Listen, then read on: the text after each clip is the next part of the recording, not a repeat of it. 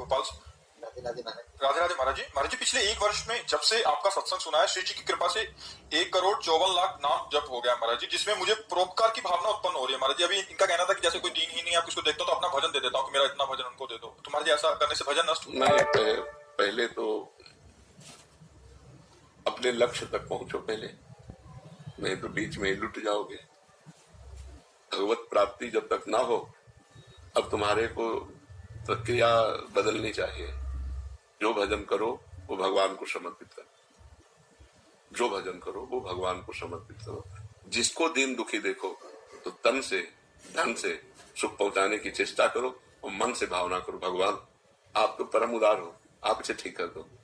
भजन भगवान को दो, प्रार्थना भगवान से करो।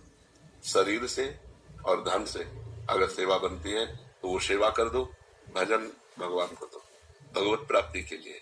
जब तक भगवत प्राप्ति ना हो जाए तब तक भजन खर्चा करने का बिल्कुल अधिकार नहीं रखना चाहिए। महाराज जी, उस समय मन बहुत द्रवित हो जाता है, तो तन से सेवा कर दो और मन से प्रार्थना कर दो।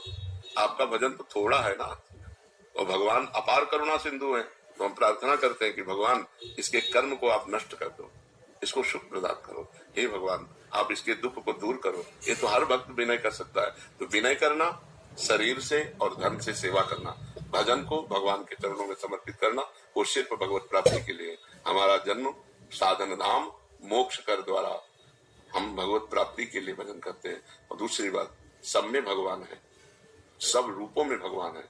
तो जब कोई दुखी हो तो देखो भगवान दुख की लीला कर रहे हैं। तो हमसे जो बन सके हम तन मन धन से सेवा कर दें, लेकिन भजन भगवान को दें।